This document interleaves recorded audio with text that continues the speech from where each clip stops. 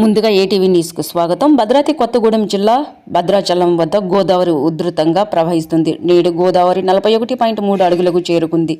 నిన్నటి వరకు ఎగువ ప్రాంతాలలో కురిసినటువంటి వర్షాలకు కాళేశ్వరం జలకళ సంతరించుకోవడంతో ప్రాజెక్టు గేట్లు ఎత్తడంతో గోదావరి భద్రాచలం వద్ద ఉధృతంగా ప్రవహిస్తుంది. సిడబ్ల్యూసి అధికారులు సమాచారం మేరకు రేపటిలోగా గోదావరి తగ్గుముఖం పట్టే అవకాశాలు ఉన్నాయని అధికారులు తెలియజేశారు.